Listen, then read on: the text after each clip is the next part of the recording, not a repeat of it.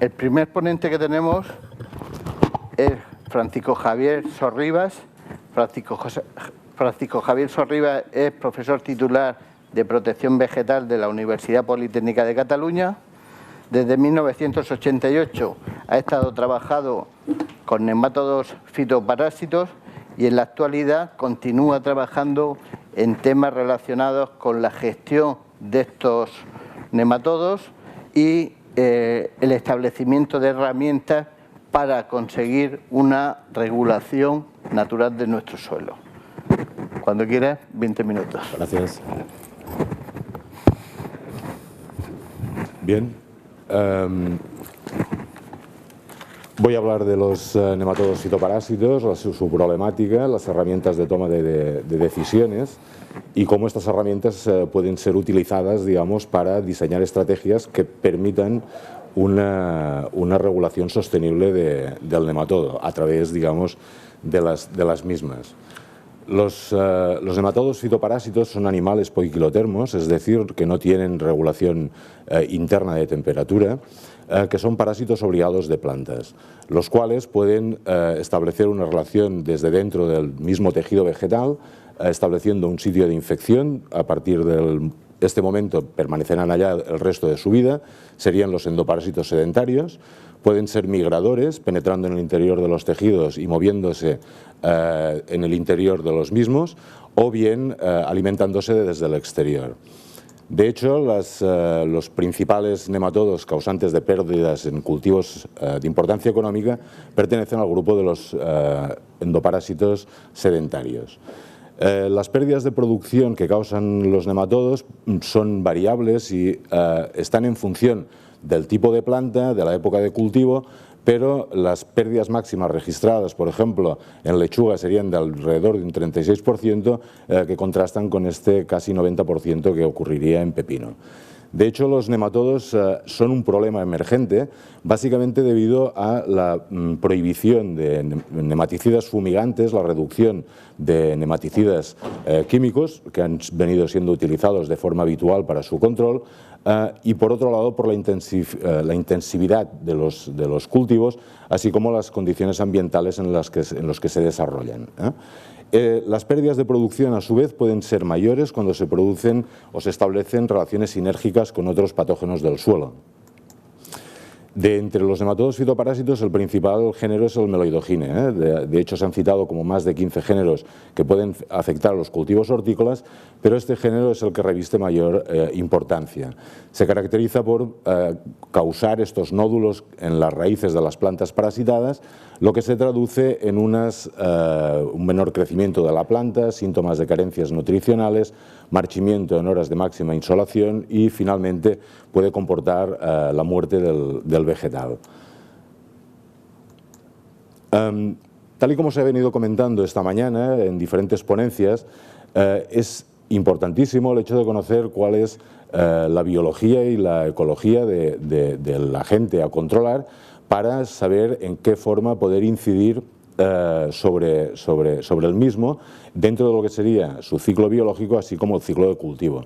En el caso de Meloidogine, el inóculo lo encontramos en suelo, sea en forma de huevo inmerso en las masas gelatinosas que lo preservan de las condiciones adversas, o bien en forma de juvenil que se mueve entre las partículas del suelo buscando una raíz a la cual infectar.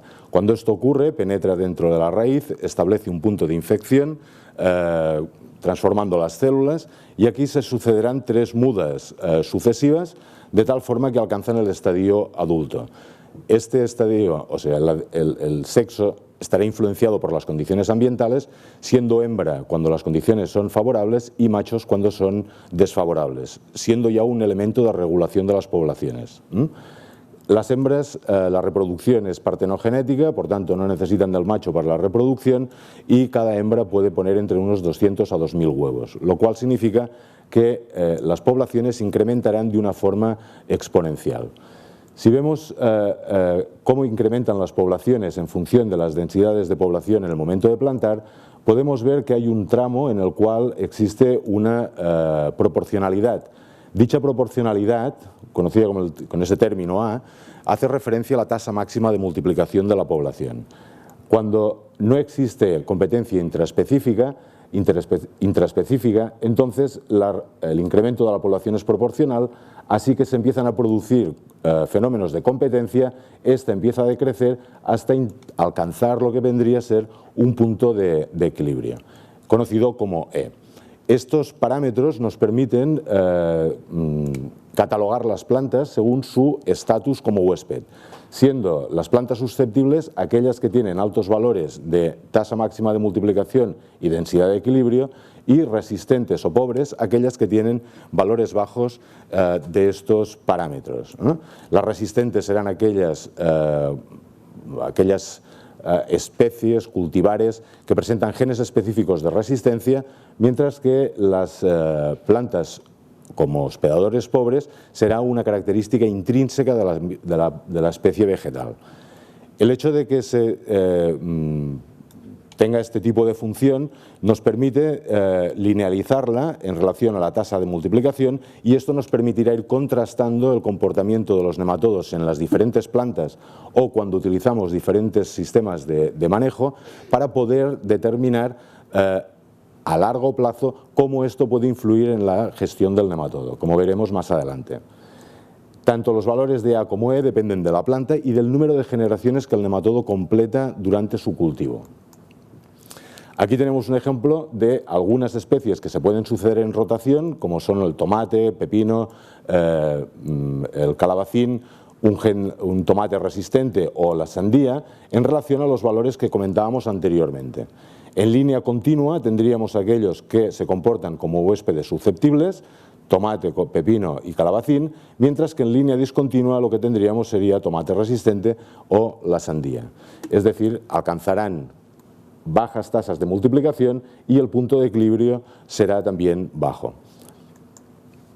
¿Cómo podemos conocer el número de generaciones que el nematodo completa en el cultivo? Hemos comentado que son poiquilotermos, por tanto, la tasa de desarrollo estará condicionada a la temperatura ambiente. En este sentido, nosotros podemos determinar cuál es la temperatura base de desarrollo del nematodo, cuál es su temperatura óptima o la temperatura máxima en cultivos diferenciales. Lo que hemos podido observar es que en aquellos cultivos que se comportan como cultivos susceptibles, buenos huéspedes del nematodo, no hay diferencias en cuanto a los requerimientos térmicos que necesita el nematodo para desarrollarse. Sí que lo hay en lo que serían los hospedadores pobres, como es el caso de la sandía, e incluso puede haber diferencia en relación a la especie del nematodo que lo está infectando. Estos modelos nos van a permitir poder jugar con algunas prácticas culturales, como pueden ser, por ejemplo, el cultivo trampa, el abonado en verde o las aplicaciones de determinados productos.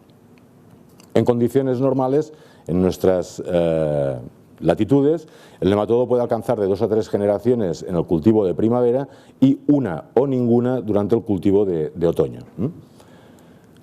Otro de los aspectos importantes a conocer es la relación que se establece entre la densidad de población del nematodo y la producción del cultivo. Esto nos va a decir en qué magnitud vamos a perder producción según la población que tengamos justo antes de plantar. A través de esta relación nosotros podemos conocer un factor llamado T, que será la tolerancia del cultivo, la densidad por debajo de la cual no se producen pérdidas de producción. Por otro lado, vamos a conocer otro parámetro que se llama M, que es la máxima producción relativa a la máxima densidad del nematodo. ¿De acuerdo? En función de estos valores, nosotros podemos catalogar la planta como una planta tolerante cuando los valores de T y M son altos, moderado cuando es moderado o intolerante cuando los valores de T son bajos y el valor de M también lo es.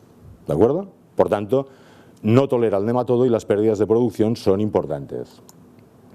Aquí tenemos el ejemplo anterior y podemos observar lo que sería la tolerancia de determinados cultivos, en este caso de aquellos que anteriormente eran susceptibles,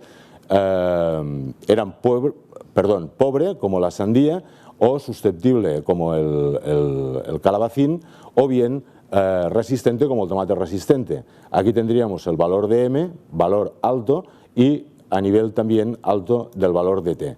Mientras que los que son moderadamente tolerantes o intolerantes serían el tomate susceptible o el pepino, los cuales sufrirían pérdidas, en el caso del pepino, pues muy elevadas. ¿Qué es lo que ocurre con el nematodo cuando no hay planta? Cuando no hay planta, los nematodos, los juveniles que están en el suelo, irán sobreviviendo en función del acúmulo de reservas que presenten, y el acúmulo de reservas se va a ir agotando en función de la temperatura acumulada durante ese periodo. Por tanto, en función de estos grados acumulados en el suelo durante los periodos sin cultivo, la población del nematodo tendrá a decrecer. Estos modelos también nos permitirán conocer cuál será la supervivencia en función de las prácticas que podamos realizar, como veremos a continuación. Teniendo estas herramientas, nosotros lo que podemos ver es qué influencia puede tener los diferentes métodos de control que se pueden aplicar en diferentes momentos de la gestión de la parcela. Bien cuando tenemos el suelo sin cultivo, bien cuando tenemos cultivo o acabamos de plantarlo, o bien los métodos que operan a través de la planta. En relación a los que actúan en el suelo, por ejemplo, pues el arrancado de raíces, el barbecho, la solarización, etcétera, lo que vemos en primera instancia es que la evolución de la producción de huevos en una planta de tomate, plantada desde el mes de abril hasta el mes de septiembre, es de alrededor de 9 millones de huevos. Si esto lo dejamos en el suelo, es inóculo que servirá para el siguiente cultivo. Al arrancar las raíces nos estamos llevando casi 9 millones de individuos por planta. Por otro lado, los juveniles que estarán en el suelo, en forma de juvenil buscando planta que infectar, irán decreciendo su viabilidad a medida que incrementan los grados acumulados.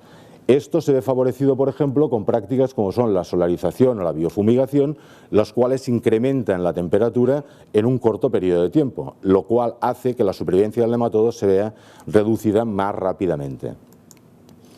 Por otro lado, respecto a los factores que actúan en planta, como puede ser los cultivos trampa o los abonados en verde, para ello lo que vamos a utilizar son los modelos de requerimientos térmicos.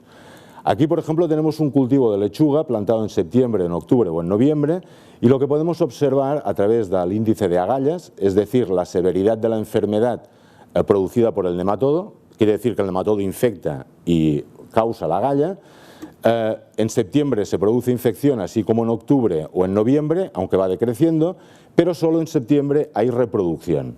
Si miramos los requerimientos térmicos del nematodo en lechuga, podemos ver que en el único mes de plantación donde se ha superado la temperatura acumulada para que haya reproducción es en septiembre y no así en octubre o en noviembre.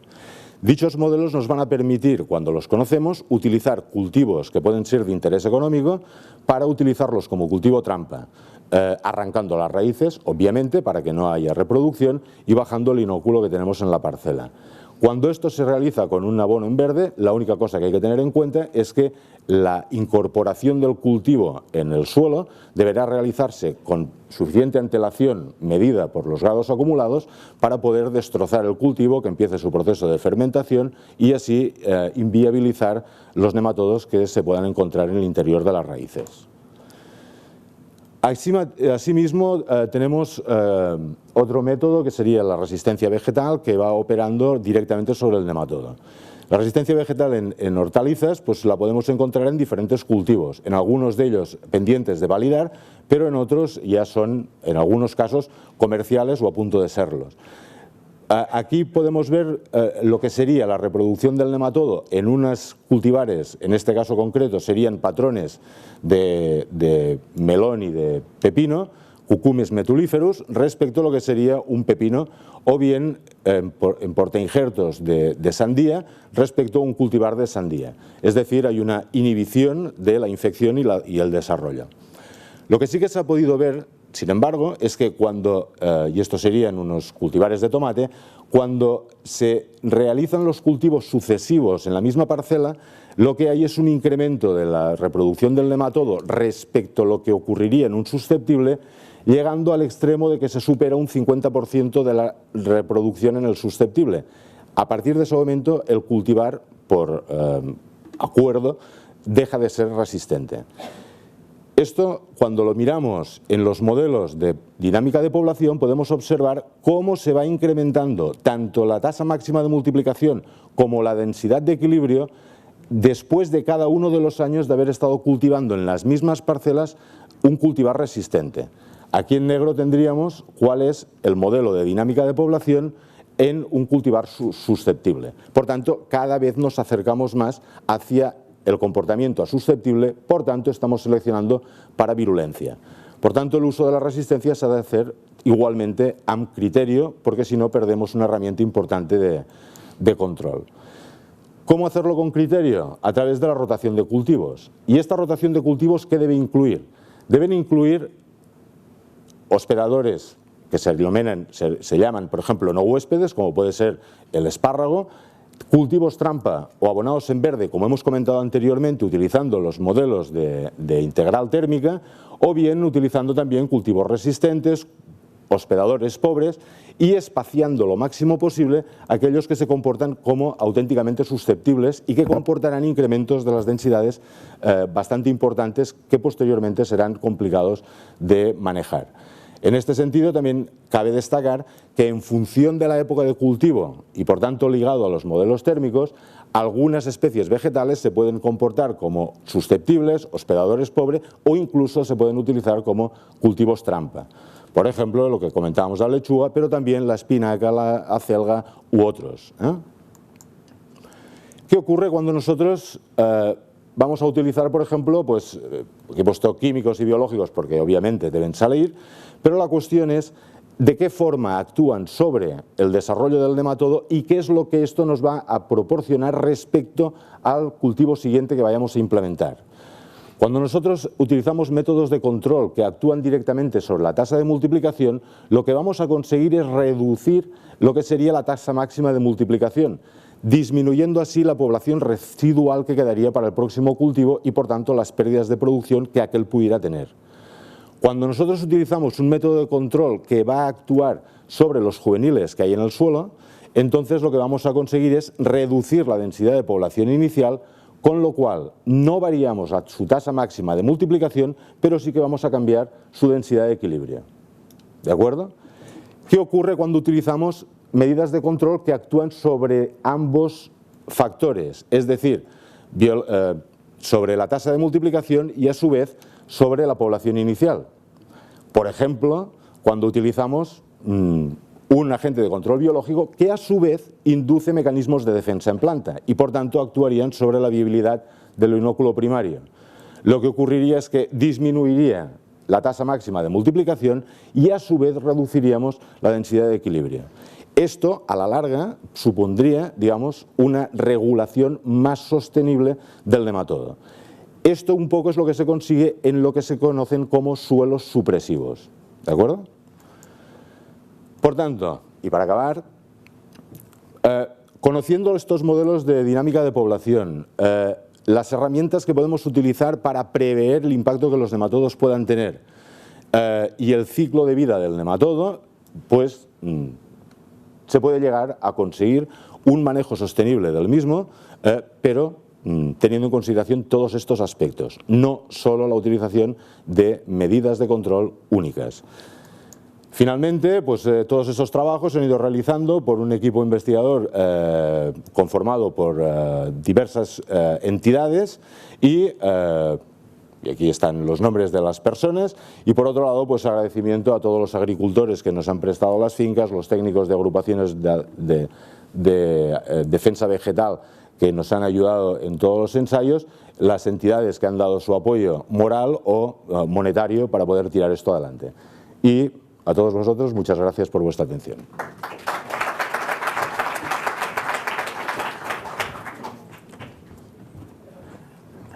Gracias, Francisco Javier. Ahora tenemos a José Armengol, aunque ya lo han presentado en la anterior sala. Decir que José Armengol es ingeniero agrónomo, trabaja en la Universidad Politécnica de Valencia, forma parte del Laboratorio Nacional de Referencia de Hongos y toda su trayectoria profesional la ha desarrollado en el estudio de hongos fitopatógenos. Josep nos va a hablar de los problemas en suelo causados por hongos, que cada vez son más importantes, y entraremos luego en el debate. Cada vez tenemos también menos alternativas químicas para el control de estas enfermedades. Cuando quieras.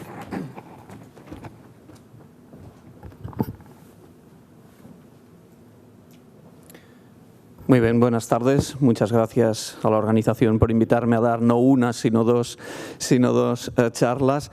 Pero bueno, me siento cómodo en las dos y en esta sobre todo porque los hongos del suelo, aunque no son actualmente una de mis principales líneas de investigación, han formado parte de mi tesis doctoral y de trabajos que considero muy propios y que he realizado siempre con mucho interés. Bueno, mi intención es dar una visión general, quizás muy básica, pero que yo creo que es buena para que luego podamos comentar y debatir aspectos que, como ha señalado quien me ha hecho ahora la presentación, ha dicho, bueno, este es un problema que va a más porque nos faltan herramientas, porque tenemos menos métodos de control, pero también porque hay otras cosas que se están complicando, la presencia de nuevos patógenos, los cambios culturales, etcétera. Y todo eso yo creo que está bien que lo comentemos, aunque en cierta manera pueda resultar a veces un poco básico o conocido. Para pasar diapositiva, no sé cómo... Ahora, a dónde tengo que enfocar. Muy bien, bueno, eso era... Así. Muy bien. Bueno, las enfermedades causadas por hongos del suelo son enfermedades que pueden causar pérdidas muy importantes de cultivo y son enfermedades que nos pueden afectar a los cultivos desde las primeras fases de desarrollo hasta que los cultivos completan el momento de producción en el campo. E incluso muchas veces ambas fases están conectadas. No solo podemos tener una incidencia de determinados hongos en el suelo, en los semilleros, en las plántulas y después otros diferentes en el campo, sino que muchas veces los problemas que aparecen causados por hongos del suelo en semillero, luego los llevamos a campo y se convierten en problema en los cultivos establecidos. Y en esta diapositiva yo quería señalar esa conexión. Puede haber problemas independientes, problemas en semillero, problemas en campo, pero también muchos problemas que están conectados. Ese es un ejemplo que tuvimos alrededor de Valencia, en la Comunidad Valenciana, pero sobre todo en zonas de producción hortícola alrededor de Valencia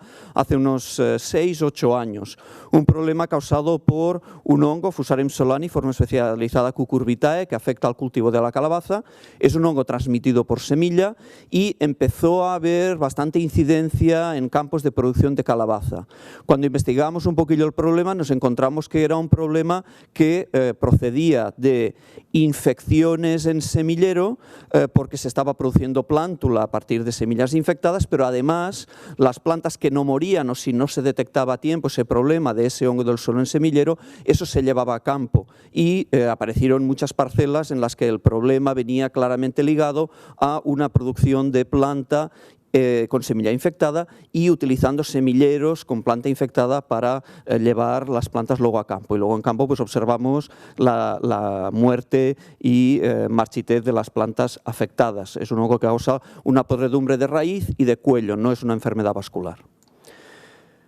Los cultivos hortícolas, pues bueno, tienen muchas características que los hacen especialmente susceptibles a todo ese tipo de problemas. He comentado ya algunas. En primer lugar, el continuo cambio de material vegetal. Eso supone también muchas veces la importación de semillas. Algunas de ellas pueden transmitir algunos patógenos del suelo, pero también introducir nuevas variedades, nuevos cultivares de los cuales no conocemos bien su susceptibilidad a los diferentes patógenos del suelo y pueden cambiar la dinámica de las poblaciones de esos patógenos en el suelo.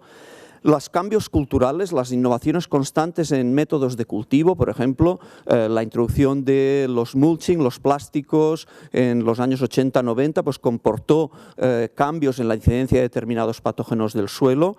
El uso de sistemas de producción intensivos en los que muchas veces un mismo cultivo se repite año tras año en las mismas zonas porque las cooperativas o las zonas productoras se especializan en la producción de determinados vegetales y para ellos muchas veces es difícil plantear rotaciones amplias de cultivos porque comercialmente no pueden asumir esa variabilidad constante de especies vegetales plantadas y luego, por supuesto, como se ha comentado en la introducción, una reducción en la disponibilidad de productos fitosanitarios que nos permitan realizar tratamientos al suelo, igual que tenemos una reacción de productos fitosanitarios, fungicidas en este caso, para tratar hongos de la parte aérea y otras problemáticas causadas por hongos.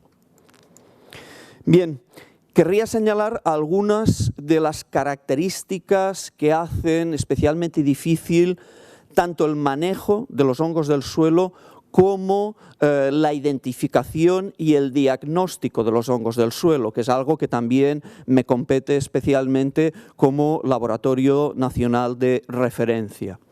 En primer lugar, algo que conocemos, y es que la biología y ecología de la microflora del suelo es muy compleja. Es muy difícil acceder al suelo y realizar estudios buenos que permitan conocer todas esas interacciones y entender mejor, por tanto, el ciclo de los patógenos en el suelo.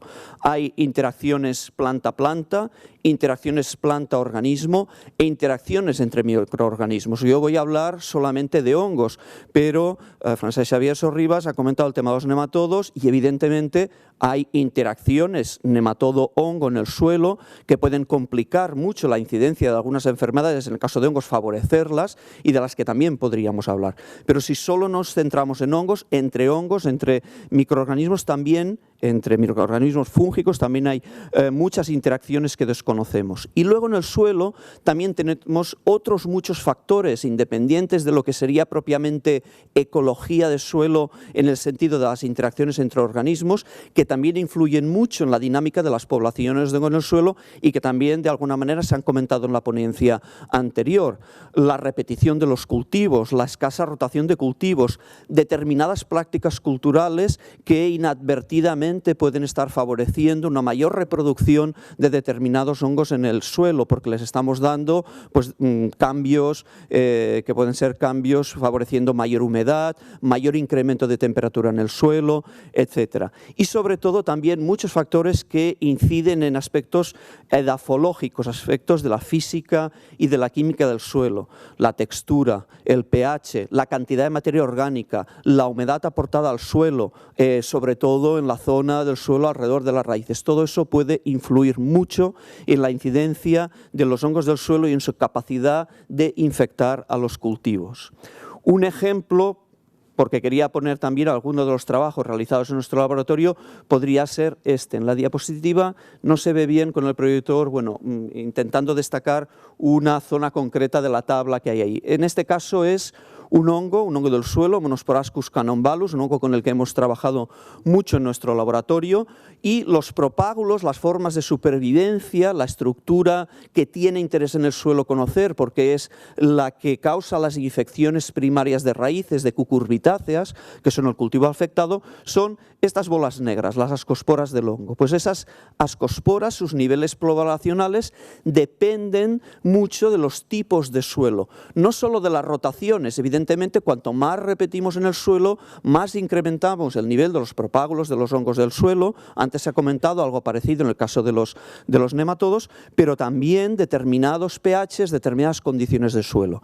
Entonces, en un estudio que realizamos cuantificando ascosporas del hongo en diferentes suelos, en este caso fueron suelos en las publicaciones de suelos en Túnez, pero lo hemos hecho también en nuestras condiciones en la Comunidad Valenciana, pues vemos que algunos factores, especialmente el pH del suelo, tienen una influencia muy marcada sobre el nivel de las poblaciones, y en este caso vimos que los pHs cercanos a los óptimos para el hongo, alrededor de 7, pues favorecían un incremento del número de ascosporas de este hongo en el suelo. Por lo tanto, también la posibilidad de una mayor incidencia de la enfermedad, factor que también veíamos que iba muy ligado a determinados suelos.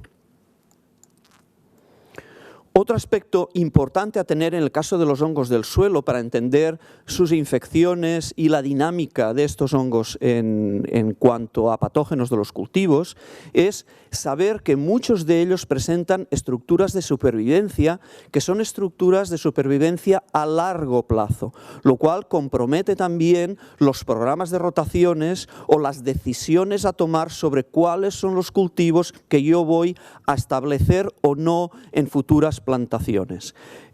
Muchas de esas estructuras son conocidas, esclerocios, clamidosporas, pero también los hongos pueden sobrevivir en restos de cultivos anteriores y muchas veces no solo el conocimiento de esas estructuras más conocidas es suficiente para entender la dinámica de los hongos en el suelo. Algunos ejemplos clásicos son las clamidosporas de Fusarium. Fusarium es un género fúngico que tiene importantes representantes como patógenos de suelo, por ejemplo, las enfermedades vasculares causadas por Fusarium oxysporum, y sabemos que las clamidosporas, que son estructuras de resistencia que se forman en el micelio del hongo, pueden permanecer en el suelo para algunas formas especializadas que afectan, por ejemplo, a cucurbitáceas o a tomate, de formas especializadas de Fusarium oxysporum. Nos podemos encontrar con capacidades de supervivencia que en ocasiones superan hasta los 10 años sin plantar los cultivos susceptibles. Pues el conocimiento de esas estructuras es fundamental en la toma de decisiones respecto a los cultivos a plantar. Otra estructura son los esclerocios. Los esclerocios son estructuras que actúan al mismo tiempo como estructura de supervivencia e incluso a veces como estructura de diseminación de los hongos del suelo si llevamos suelo infestado con esclerocios mediante herramientas de cultivo de campos con presencia de los esclerocios a zonas donde estos no están presentes. Pueden ser esclerocios de gran tamaño como los esclerocios de Sclerotinia sclerotiorum, estos puntos negros como guisantes que hay en la base de este hinojo que presenta una podredumbre importante, pero también de menor tamaño, por ejemplo los esclerocios de Sclerotium cepivorum en cultivos de ajo en Castilla-La Mancha, donde estamos trabajando en los últimos años, nos estamos encontrando con mucha incidencia de esta problemática, pero también esclerocios de mucho menor tamaño, los microesclerocios, por ejemplo, de Macrofomina faseolina, que afecta a cucurbitáceas, a fresa y a otros cultivos, pero también los microesclerocios de Verticillium dahliae, que es el agente causal de la verticilosis de numerosos cultivos. Por último, otro punto muy importante a tener en cuenta en la dinámica de los hongos del suelo que causan enfermedades en cultivos hortícolas es que es frecuente, no es raro, que tengamos infecciones simultáneas, enfermedades complejas o complejos de enfermedades. A veces utilizamos indistintamente las dos denominaciones, yo prefiero complejos de enfermedades. Varias enfermedades, varios patógenos que al mismo tiempo inciden en un cultivo, incrementando los daños que tendríamos con un solo hongo, del mismo modo que he comentado que puede haber presencia simultánea a veces de hongos y nematodos en suelo.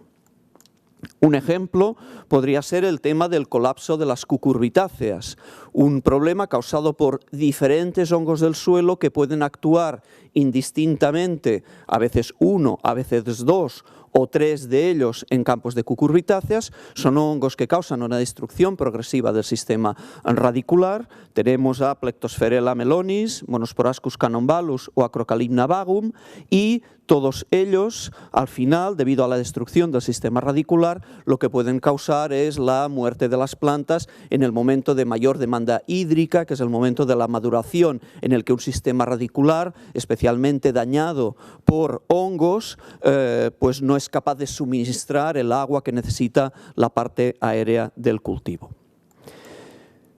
Bien. Otro ejemplo de lo mismo sería la enfermedad de la raíz rosa de la cebolla causada por Setofoma terrestris. Esa es una enfermedad frecuente en zonas de cultivo de ajo y de cebolla, y esa enfermedad normalmente la encontramos agravada con daños mucho más importantes de lo que sería esperable, porque diversas especies de Fusarium del suelo contribuyen a incrementar el daño en las raíces, atacándolas al mismo tiempo que ya hay daños causados por Setofoma terrestris. El síntoma de la enfermedad serían estas raíces de color rosado y hay una pérdida progresiva de barbada que puede provocar una reducción importante de desarrollo de las plantas y o una pérdida completa de producción en campos de cebolla o en campos de ajo. Bien, ¿cuáles son los tipos principales de enfermedades? No sé dónde debo pulsar. Bien, los principales tipos de enfermedades que podemos tener. es que ha saltado como... Los principales tipos de enfermedades causadas por hongos del suelo son las enfermedades de raíz y cuello, las enfermedades vasculares y, en ocasiones, algunas enfermedades de la parte aérea causadas por hongos del suelo que en condiciones especiales pueden acceder a causar daños a la parte aérea de los cultivos. Voy rápido para no alargarme excesivamente. Algunos ejemplos de esas enfermedades. Enfermedades de raíz y cuello estarán causados por hongos del suelo que van a atacar, a destruir las partes del cultivo que están en contacto con el suelo, las raíces y el cuello, causando generalmente destrucción del sistema radicular o podredumbres, como es el caso de los daños causados por esclerotinia, esclerotirum en lechuga y en otros muchos cultivos hortícolas. Phytophthora capsicum, el agente causal de la tristeza del pimiento, probablemente la enfermedad más importante de este cultivo, que también causa destrucción del sistema radicular, daños en el cuello y muerte y marchitez progresiva del cultivo. Rhizoctonia solani judía, pero también en otros muchos cultivos hortícolas, otro hongo importante del suelo que había que señalar, o nuevas enfermedades o nuevas problemáticas que no conocemos tan a fondo, como por ejemplo en Castilla-La Mancha, en cultivos de ajo en los últimos años, está habiendo una incidencia muy importante de Penicillium ali en campo, cuando este era un problema fundamentalmente de post cosecha. Por lo tanto, algo está pasando para que un problema que era fundamentalmente de post cosecha se esté convirtiendo ahora en un problema importante en campo, causando podredumbre. Es decir, que nunca acabamos de tener controlados todos los problemas, son sistemas dinámicos y siempre aparecen nuevas enfermedades. Otro ejemplo del segundo tipo de enfermedades, las enfermedades vasculares, serían las verticilosis. Las enfermedades vasculares están causadas por hongos que penetran por las raíces y que son capaces de dañar el sistema vascular, el transporte de agua y nutrientes en la planta y provocar reducciones de crecimiento, marchitez y muerte de plántulas. He escogido como ejemplo la verticilosis de la alcachofa, pero tenemos verticilosis en otros muchos cultivos hortícolas importantes. Algunas de estas enfermedades, las vasculares, en estos momentos se controlan con la introducción de sistemas de injerto en patrones tolerantes, que también ha sido un sistema comentado en el caso de nematodos. Las fusariosis vasculares, otro ejemplo importante de enfermedades vasculares, como es el caso de la fusariosis vascular del melón, pero tenemos fusariosis vasculares en otros muchos cultivos, en tomate, en sandía, en berenjena, etc. Y también aquí ejemplos de nuevas enfermedades vasculares. Esa es la traqueomicosis de la lechuga, Pythium tracheifilum en lechuga, que es una especie de Pythium que de momento solo está detectada en Comunidad Valenciana y en Asturias, y que es un Pythium que causa enfermedad vascular. Como pueden ver, el sistema vascular está dañado, penetra a través de las raíces y causa, en condiciones de mucha humedad, problemas en cultivos de lechuga, una enfermedad muy difícil de controlar en suelo. Por último, el último ejemplo sería el tercer tipo de enfermedades. Los hongos del suelo no solo afectan a las partes que están en contacto con el suelo, raíces y cuello, sino que debemos entender que los hongos del suelo en determinadas condiciones también pueden causar enfermedades en la parte aérea de los cultivos. Y un ejemplo típico que encontramos sobre todo en cultivos hortícolas cuando se dan condiciones de lluvia abundante y muchísima humedad es la presencia de Sclerotinia sclerotiorum en la parte aérea de algunos cultivos, en este caso apio y sobre todo diferentes crucíferas, coles y también brócoli, coliflor, etc. Muy bien, con esto termino la presentación. La idea es darles una visión general de las problemáticas, los tipos de enfermedades, porque el conocimiento de esa problemática y los tipos de enfermedades es fundamental para abordar sistemas de control de hongos del suelo en estos cultivos, en los cultivos hortícolas. Muchas gracias.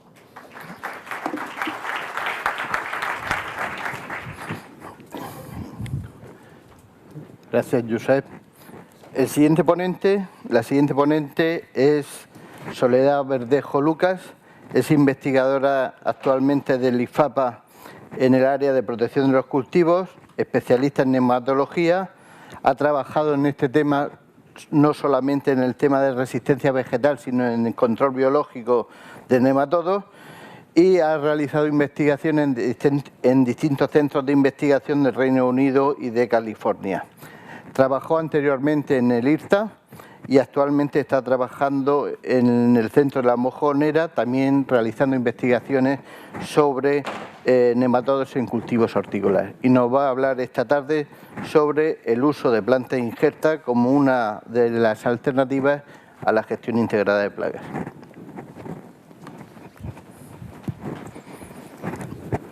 Buenas tardes a tothom. En primer lugar, quiero dar las gracias al comité organizador de esta segunda edición del Congreso de Smart Fruit por invitarme a presentar y hablar sobre portainjertos.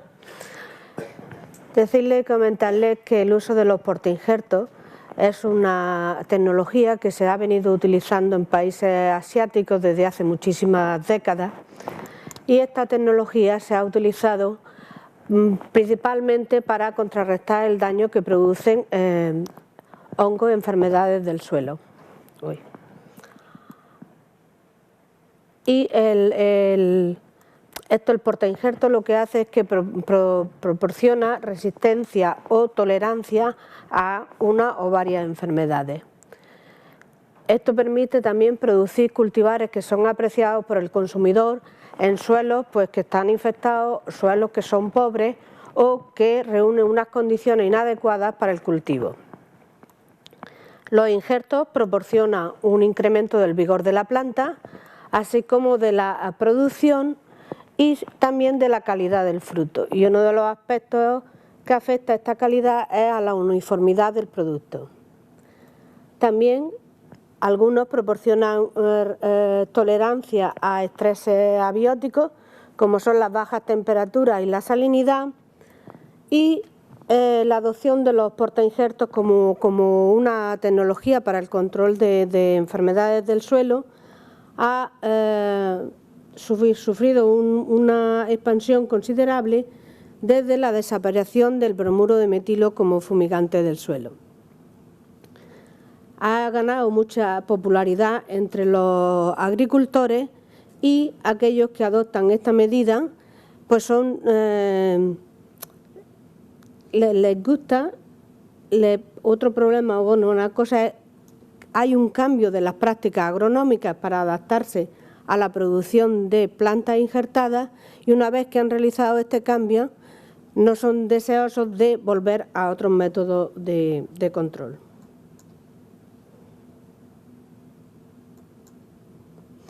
Aquí les muestro un listado de patógenos del suelo que son susceptibles de ser gestionados mediante patrones. Y aquí las principales cultivos hortícolas donde se practica el injerto: tomate, berenjena y pimiento, en este orden, dentro de las solanáceas, y sandía, melón y pepino dentro de las cucurbitáceas. A continuación les voy a comentar el por qué se utiliza el injerto o para qué se utiliza en cada uno de estos cultivos.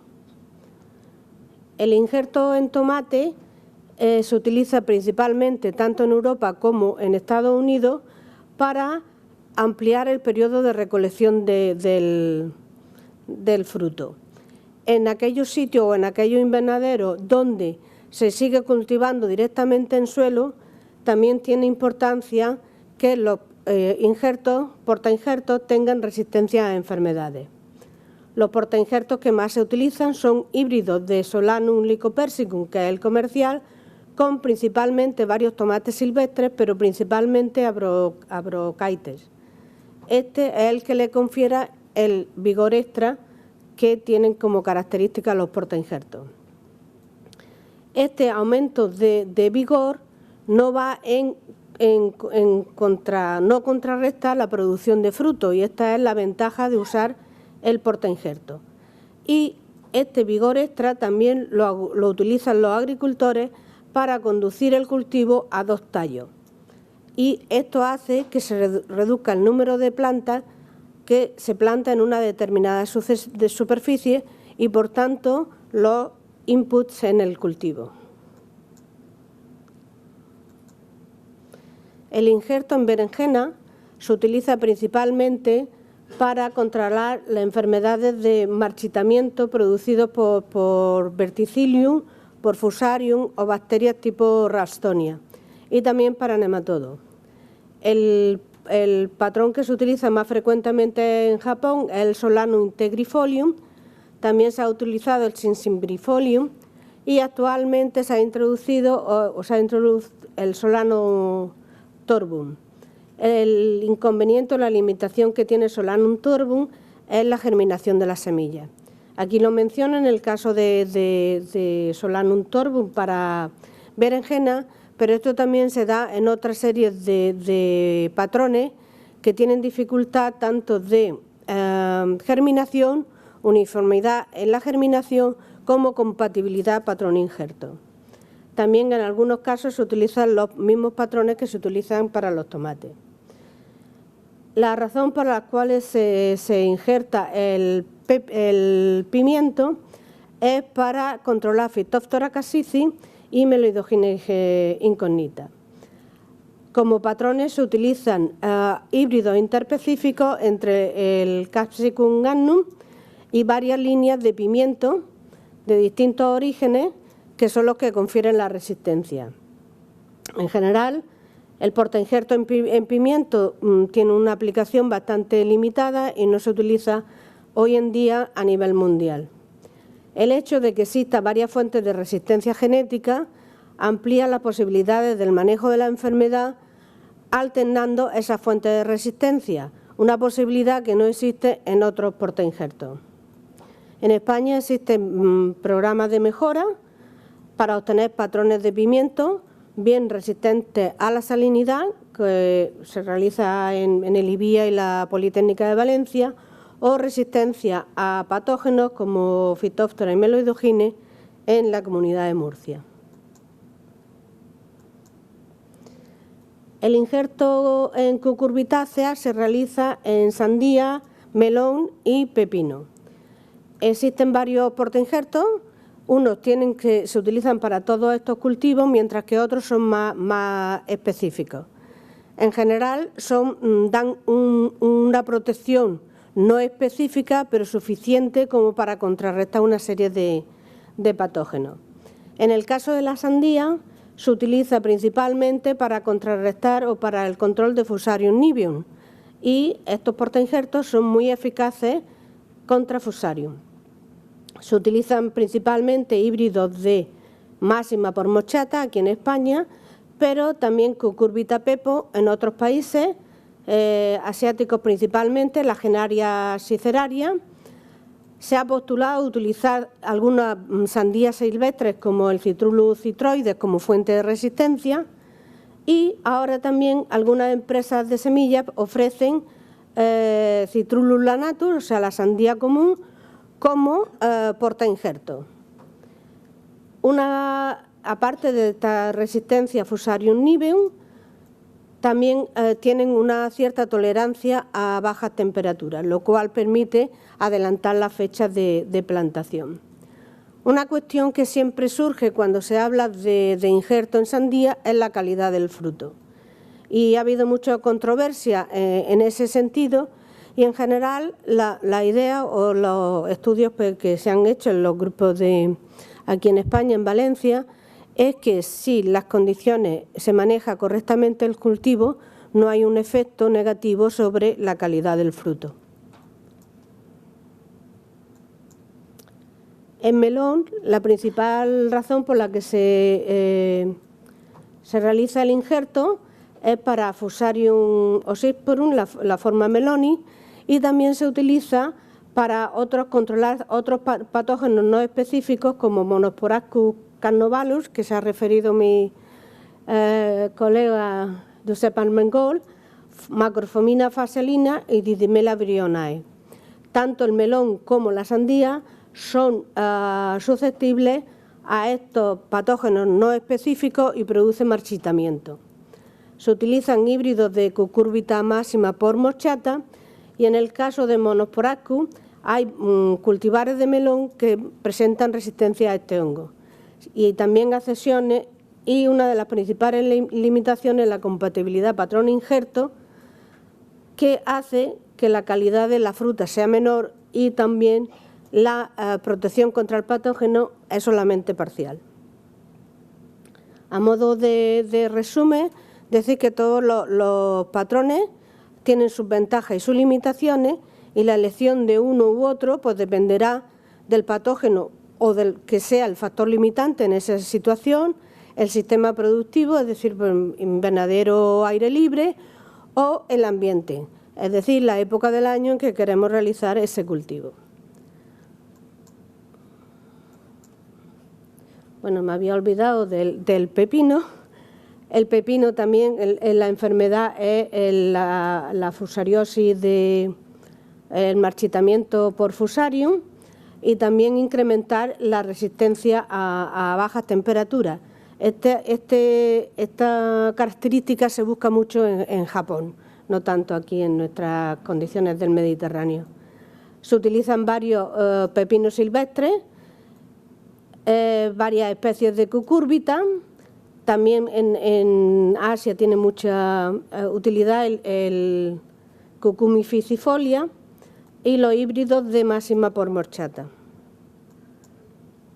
Ahora me voy a referir a una serie de factores que afectan la eficacia de los injertos como medida de control de patógenos del suelo. Y voy a utilizar los nemátodos como el patógeno diana. Aquí les he listado esta serie de factores y paso a continuación a comentarlos. Por ejemplo, el trasfondo genético del genotipo.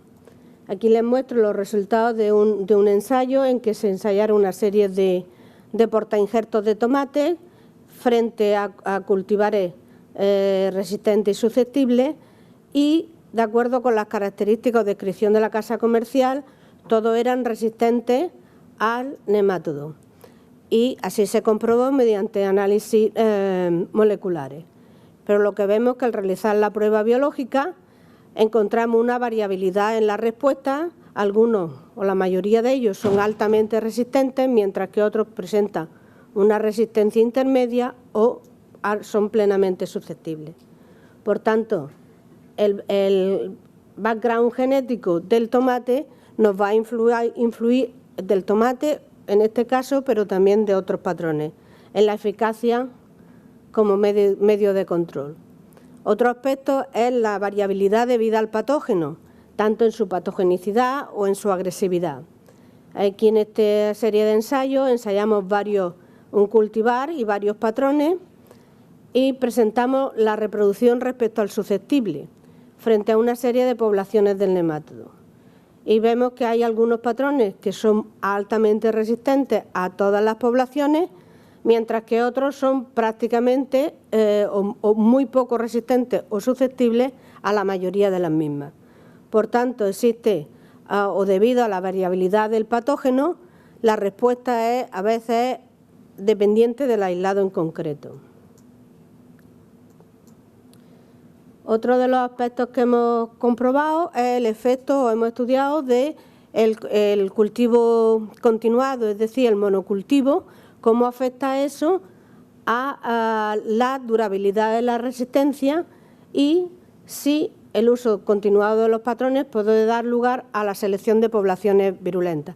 Como le comentamos al principio, una vez que se adopta, el agricultor ha adoptado el patrón, pues quiere continuar con él y así lo hace. Bien, en este caso definimos la virulencia como la habilidad del patógeno para reproducirse significativamente en una planta que tiene gen de resistencia.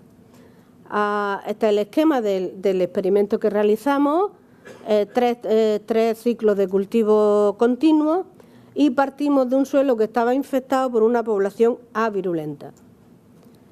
En esta gráfica se muestran las poblaciones que encontramos cada año al final de cada uno de los ciclos de cultivo en los distintos materiales. Como vemos, hay una acumulación progresiva del inóculo año tras año, pero también vemos, por el efecto que tenía el genotipo que hemos mencionado anteriormente, que difiere esta acumulación dependiendo del material que estamos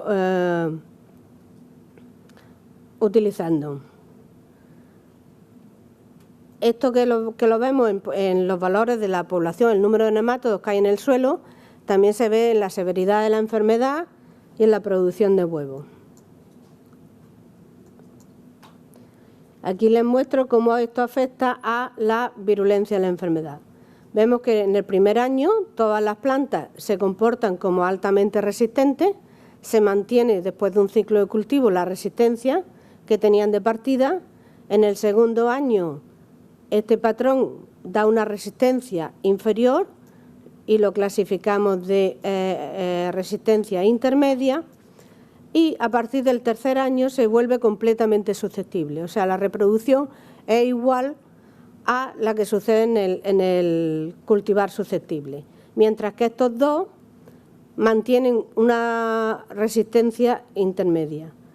Por tanto, la selección, o sea, el uso continuado de patrones nos puede dar lugar a la rápida selección de poblaciones virulentas en un espacio de tiempo relativamente corto. Bien, el siguiente paso, nos vamos al campo a comprobar o a ver cuál es la situación respecto a la existencia de poblaciones virulentas en campo. Este es un estudio que se hace en Almería, en invernadero, 17 de 17 poblaciones del nemátodo, 9 de ellas presentaban virulencia total o parcial.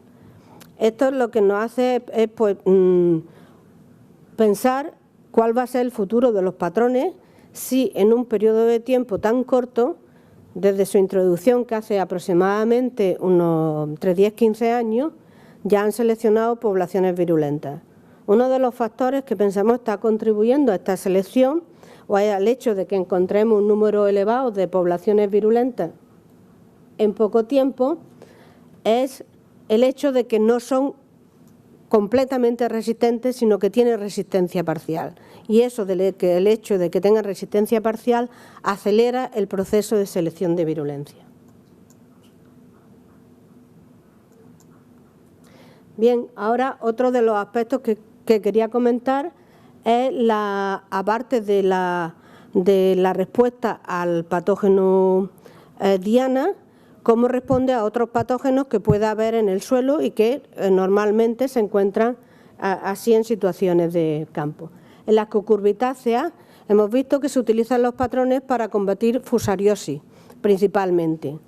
Entonces, bueno, lo que vemos es que, y son muy eficaces contra todo, con la resistencia contra los distintos tipos de fusarium. Sin embargo, frente a nemátodos del género Meloidogines son tremendamente susceptibles. Y hay grandes incrementos de población tras el cultivo de estos patrones. Aquí les muestro una comparativa, bueno, de cómo se multiplica en los patrones versus cómo se multiplica en sandías sin injertar. Aquí observen que la diferencia en la escala es diferente en una gráfica y en otra, de forma que los patrones se comportan como buenos hospedadores e incrementa la población, mientras que la sandía como un hospedador huésped, como nos ha comentado mi colega Javier Sorriba. Bien, otro de los aspectos es que confieren resistencia o tolerancia.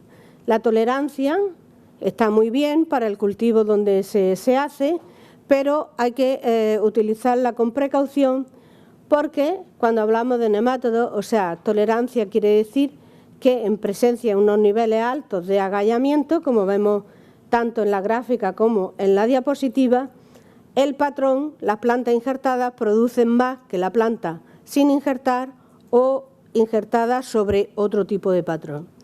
Por tanto, aquí ya vemos que la elección del patrón o de la combinación patrón-injerto es importante a la hora de seleccionar o del problema que queramos. Esta tolerancia hace que tengamos niveles de población finales muy altos que puede afectar al siguiente cultivo en la rotación. Ya para finalizar y a modo de resumen, es decir que bueno, los injertos tienen un valor importante para la gestión integrada de enfermedades, pero deben utilizarse en el contexto de un manejo integrado junto con otras herramientas y conociendo muy bien el sistema donde se van a utilizar, para preservar la durabilidad de esa resistencia y evitar la selección de poblaciones virulentas que invalidarían su utilidad.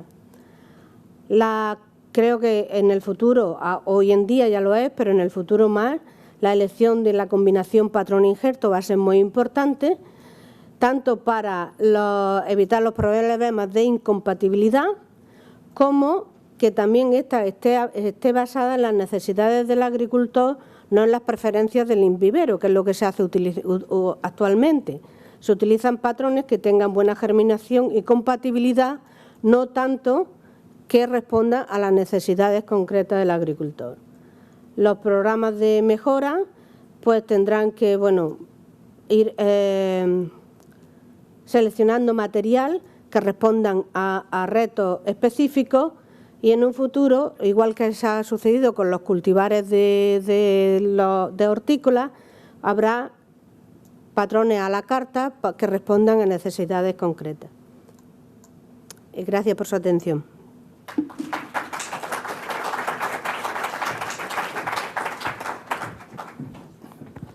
Gracias, Soledad, por ajustarte al tiempo y por lo interesante de tu presentación.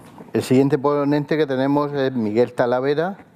Miguel Talavera es doctor en Ciencias Biológicas, realizó su tesis doctoral sobre estrategias de supervivencia a las poblaciones de nemátodos en secanos cerealistas andaluces, ha realizado distintas estancias postdoctorales en Reino Unido y en Japón, haciendo proyectos relacionados con control biológico de nemátodos y actualmente es investigador titular del Departamento de Protección de los Cultivos del IFAPA en Granada. Cuando quieras nos va a hablar de control biológico. Buenas tardes a todos. Yo también quiero agradecer a la organización del Smart Fruit la invitación por asistir a esta mesa redonda. Bien, nuestra presentación en este caso va a tratar principalmente sobre la experiencia que tenemos en distintos métodos de control de nemátodos fitoparásitos en suelo. Está basada en ensayos que se han realizado en campo, tanto en nuestras fincas experimentales como en distintas fincas comerciales, en colaboración con empresas, ¿no? Y tiene una visión muy práctica de lo que ha sido el control de nemátodos a lo largo de estos 10 años. En primer lugar, quisiera situaros, un poco en, digamos, la zona que es nuestra zona de trabajo. Corresponde a las zonas de cultivos protegidos que hay en Andalucía. Es una zona bastante importante, pues son casi 45.000 hectáreas distribuidas entre las 37.000 hectáreas que hay en la zona costera de Granada y Almería, de producción hortícola, y las 7.000 hectáreas que hay de fresa en la zona de Huelva, y también una zona pequeña de producción hortícola y de flor cortada que hay entre Cádiz y Sevilla. En la diapositiva podéis observar un poco lo que son las producciones, la superficie dedicada, y anualmente esto supone en precio recibido por el agricultor unos 2.500 millones de euros anuales, que aproximadamente es un tercio de la renta agraria andaluza. Con estos datos podéis suponer la importancia que tienen estos cultivos en Andalucía, ¿no? La siguiente pregunta era si estaban afectados por nemátodos o no, ¿no? Para ello tomamos dos aproximaciones. La primera fue hacer una encuesta a los técnicos que están encargados de la sanidad de los cultivos en campo, que nos dieran su opinión sobre la percepción que tenían de los problemas causados por nemátodos. Podéis observarnos que, según sus respuestas, esto se hizo solo en la zona de Almería, todavía no tenemos los datos de la zona de Huelva, así que voy a hablar de los datos de los invernaderos de Almería. Se estimaba que aproximadamente alrededor de un 20% de las parcelas presentaban problemas de nematodos. Un 20% de los invernaderos tenían problemas de nematodos. Están los datos divididos entre Levante y Poniente porque los sistemas de cultivo son diferentes y eso tenía algunas implicaciones en cuanto al control, en cuanto a la epidemiología, en cuanto a la distribución, pero no voy a entrar en eso. Voy a intentar hacer una media de las dos zonas. Bien, decía que el porcentaje de parcelas infectadas estaba en torno al 20%. Como sabéis, los nemátodos se distribuyen en rodales. También les preguntamos qué área dentro de una parcela pensaban como media que podía estar infectada. De nuevo solía salir un 20%, con lo que si unimos estos dos factores podemos llegar a la conclusión de que aproximadamente un 2% de la superficie dedicada al cultivo hortícola intensivo en la zona de Almería estaría infectada por nemátodos. Cuando les preguntamos por las pérdidas que producían, estaban en torno al 30%, un 3% de la producción. En cuanto a la distribución de especies, bueno, hicimos por supuesto muestreos nematológicos, por una parte para contrastar los datos que nos daban los técnicos de las cooperativas y por otra parte para identificar también la distribución de especies que teníamos en estos invernaderos de Almería. En nuestros muestreos obtuvimos un porcentaje de parcelas infectadas ligeramente superior al estimado por los técnicos, lo cual en cierto modo es lógico porque a no ser que los síntomas sean muy visibles por el agallamiento, es difícil identificar que el problema sea debido a nemátodos, pues produce unos síntomas inespecíficos, ¿no? Y en cuanto a la distribución de especies, pues obtuvimos estos resultados que también son interesantes, ¿no? Sobre todo por la distribución diferente que tenemos en el Levante y en el Poniente. En el Levante almeriense impera el monocultivo de tomate y en esa zona la especie más prevalente era Melodogine javanica, es más virulenta, se reproduce mejor en tomates, ¿no? En cambio, en el Poniente, donde existe principalmente una rotación de cultivos, Solanaceae cucurbitácea, la principal es pimiento melón, ¿no? Teníamos una distribución más igual de las especies presentes. En este caso predominaba ligeramente Melodogine incognita y Melodogine javanica era la segunda especie en prevalencia. Tiene cierto sentido si pensamos que la mayoría de las variedades comerciales de pimiento son resistentes a Melodogine javanica. Bien, ¿cómo se enfrentan los técnicos de estas explotaciones y los agricultores a los problemas de nemátodos? Pues bien, esta encuesta se realizó en el año 2012, ¿no? Y en esa fecha todavía un 78% de los técnicos reconocían que cuando tenían un problema de nemátodos recurrían a los nematicidas fumigantes. Un 60% utilizaban nematicidas no fumigantes, no suman un 100% porque se utilizan varios métodos a la vez en muchas ocasiones, ¿no? Resistencia e injertos en un 42%, la solarización en un 38%, en biofumigación tan solo en un 6% y otros productos entre los que se encuentran bioestimulantes, micorrizas, extractos vegetales, etcétera, etcétera, multitud de productos que salen al mercado y desaparecen rápidamente en un 38%.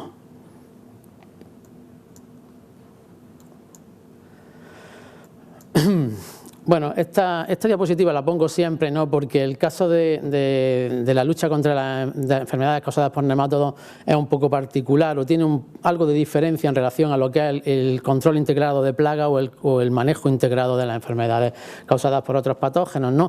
Viene a significar cómo se avanza en los métodos de control o en las estrategias utilizadas de control de acuerdo a cómo incrementamos nuestro conocimiento científico, ¿no?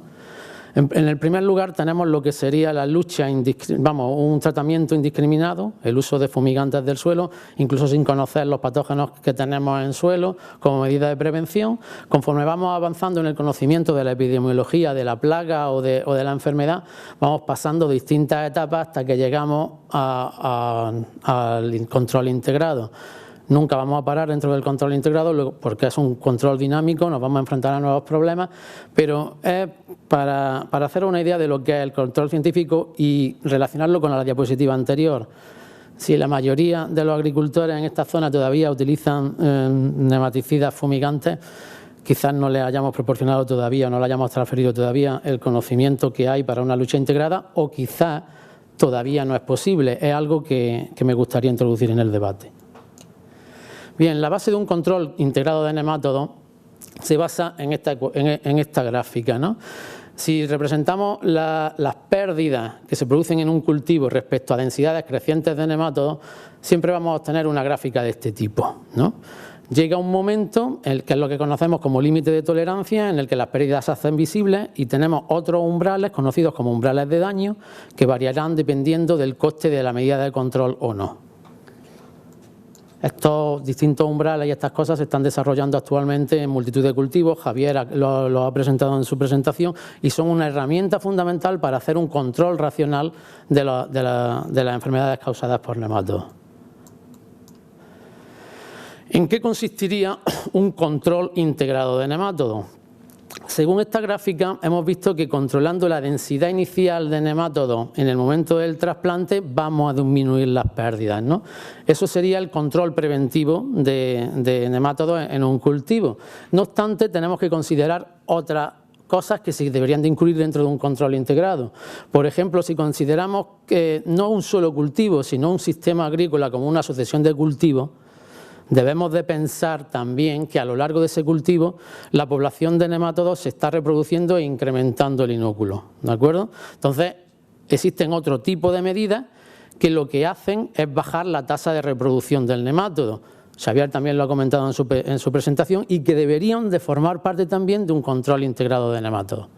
Por último, existen otro tipo de medidas que no influyen ni en que no reducen ni la densidad inicial del nemátodo, ni reducen tampoco su tasa de multiplicación, pero que lo que hacen es compensar el daño que se produce en el cultivo por los nemátodos, ¿de acuerdo? Estas medidas pueden ser muy útiles en determinados momentos, siempre que tengamos en cuenta que al final del cultivo vamos a tener una población alta de nemátodos porque no hemos reducido su tasa de multiplicación. Aquí tenéis más o menos, digamos, un resumen de casi todas las medidas o métodos de control individuales que se utilizan para el control de nemátodos. Algunos son muy utilizados en nuestra zona, otros no se utilizan o no son simplemente utilizables en nuestro país, y vamos a hablar un poco de las ventajas y limitaciones que hemos observado en estos métodos a lo largo de esta decena de años que llevamos haciendo ensayos de campo. En primer lugar tenemos los agroquímicos. Han sido el método tradicional de lucha contra nemátodos. Como ventajas tienen que, digamos, por las limitaciones en el registro, están ampliamente testados en multitud de condiciones, están comercialmente disponibles o estaban comercialmente disponibles la mayoría de ellos, y la eficacia suele estar contrastada en multitud de ambientes. Evidentemente tienen limitaciones y limitaciones muy graves que han hecho que muchos de ellos se prohíban o se restrinja su uso. Principalmente las limitaciones son los riesgos sanitarios y ambientales que presentan. En esta tabla podéis observar los agroquímicos que están actualmente autorizados dentro del anexo 1 de la Directiva Europea para su uso frente a nemátodos. Esto no quiere decir que todos ellos se puedan usar en todos los cultivos. Como sabéis, existen limitaciones por cultivo y muchos de ellos no se pueden utilizar en el cultivo que queramos. Al fin el primero que está es el 1,3-dicloropropeno, que no está incluido en el anexo 1, ¿de acuerdo? No se puede utilizar, pero tenemos exenciones temporales actualmente y todavía es posible su uso en campo. El resto sí están incluidos. He puesto algunos nombres comerciales, pero tenemos un problema. Antes había muchos más químicos disponibles a la hora de enfrentarnos a los problemas del nemátodo y ahora no. A partir de esto se desarrollaron los proyectos de alternativas al bromuro de metilo, que es en los que se han basado la mayoría de los ensayos de los que os voy a hablar.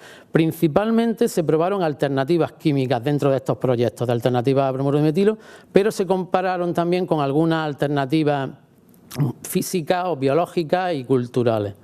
Os voy a mostrar los resultados de algunos ensayos que se realizaron principalmente en Frésano, comparando la eficacia que tenían estos productos químicos en la reducción de las poblaciones iniciales de los nemátodos, ¿de acuerdo? Los resultados se basan como mínimo en repeticiones de 3 años y 3 repeticiones dentro de la misma parcela, y siempre se ha reducido, se ha corregido con respecto a la mortalidad que tienen los nemátodos en condiciones naturales sin tratamiento en el periodo que va desde antes del tratamiento a después del tratamiento.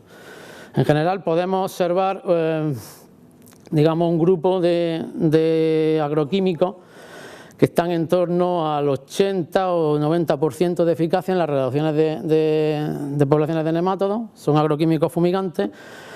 Entre ellos, el yoduro de metilo probablemente nunca se llegue a autorizar. Estuvo autorizado por la EFSA en Estados Unidos pero se retiró por problemas de toxicidad muy grandes, pero parece que el de dimetildisulfito sí puede ser autorizado y hay una empresa que digamos que probablemente dentro de un par de años esté en el mercado. Encontramos un segundo grupo de nematicidas como el metansodio y el dazomet con una eficacia un poco menores y luego multitud de agroquímicos que probamos en los que las eficacias ya no llegaban a ser satisfactorias. Esto es para melidógenes y esto es en el caso de Pratylencus, que es otro patógeno otro nematodo patógeno que también encontramos en fresa. Los resultados son similares, sin embargo las eficacias son un poco menores, probablemente por el modo de vida de Pratylencus, en el que parte de la población resiste dentro de los residuos de las raíces a los que no pueden llegar muchos de estos nematicidas. El segundo método de control que hemos incluido es, por supuesto, la resistencia y el injerto, porque en teoría es también muy eficaz. La eficacia de un cultivar que es resistente está cercana, debería, en teoría, de estar cercana al 100%. Es muy fácil de usar, ¿no?, si el cultivar es resistente. No obstante, presentan también limitaciones. Las limitaciones que han mencionado antes Soledad Verdejo o Xavi son desarrollo de virulencia y en el caso de la resistencia en tomate también que esta resistencia no es activa a temperaturas altas del suelo, como encontramos en muchas ocasiones en los invernaderos de Almería. Como ejemplo, esta gráfica que habéis visto antes demuestra que casi la mitad de las poblaciones que muestreamos en Almería mostraba ya síntomas de virulencia frente al nemátodo. En mi estancia postdoctoral en Japón, más de un 80% de las poblaciones en invernaderos allí eran virulentas. Luego, si no se hace una gestión apropiada de la resistencia como herramienta de control, podemos encontrarnos con que deje de ser una herramienta de control. La solarización, todos conocéis la técnica, se basa en cubrir el suelo con una lámina de plástico de forma que la irradiación solar, humedecer el suelo y de forma que la irradiación solar incremente la temperatura del suelo y eso mate o inactive a los patógenos del suelo que hay. Es muy efectiva frente a otros patógenos, principalmente fúngicos, pero en el caso de los nemátodos, además de requerir una temperatura un poco más elevada, tenemos el problema de su movilidad y de que los nemátodos que hay en capas más profundas del suelo, a donde no llega la temperatura suficiente como para matarlos, son capaces de infectar rápidamente el cultivo que tenemos. Vamos a ver. Biofumigación. La biofumigación, como también sabéis, consiste en añadir materia orgánica en fresco al suelo, humedecerla, sellar con plástico de forma que los gases que se generan en la fermentación de esta materia orgánica son capaces de matar bastantes patógenos, ¿no? Mejora la estructura del suelo, utiliza recursos locales en la mayoría de los casos, sin embargo presenta la desventaja de la heterogeneidad que hay en las enmiendas, lo que hace que muchas veces los resultados sean inconsistentes y de la escasez que podemos tener de materia orgánica en el caso de que se popularice esto como método de control. El control biológico, no iba a hablar de control biológico, lo siento. En el caso de los nemátodos está plenamente en desarrollo porque hemos encontrado casi siempre en los ensayos que se hacen preliminares en macetas o en condiciones de suelo estéril encontramos buenas efectividades. Teóricamente existen distintos agentes que pueden controlar biológicamente los nemátodos, pero encontramos dos problemas. Uno es su producción comercial y en segundo lugar el establecimiento de estos agentes de control biológico en suelos naturales, cuando tienen que pasar a competir con la microflora y la microfauna del suelo. En general, los ensayos que hemos hecho en campo con agentes de control biológico han mostrado eficacia relativamente baja. Es importante porque pueden funcionar muy bien como ayuda dentro de lo que es un programa de control integrado, pero en el caso de que las densidades de nemátodos originalmente sean muy altas, por sí solos no serían suficientemente eficaces. También muestro esta diapositiva porque hicimos un muestreo de agentes de control biológico en los invernaderos de Almería. Encontramos bastantes especies de hongos parásitos de huevos de nemátodos. Sin embargo, el rango de parasitismo que encontramos era muy bajo en estas zonas.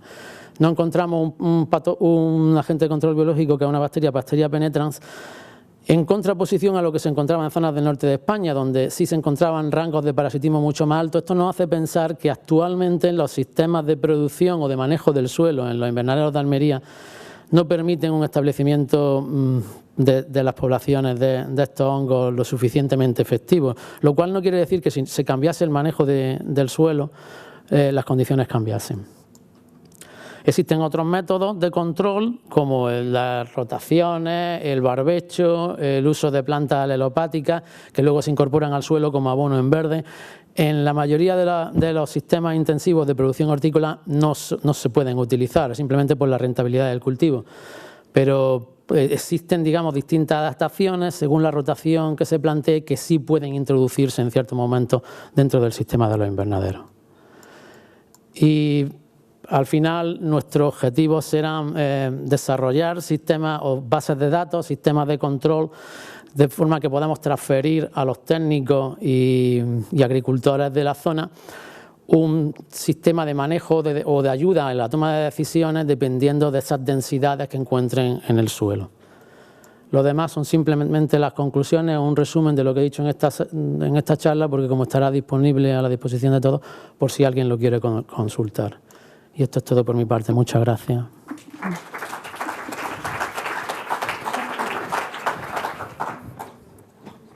Gracias, Miguel. Y efectivamente era un error en la presentación. Ibas a hablar de gestión integrada, no de control biológico.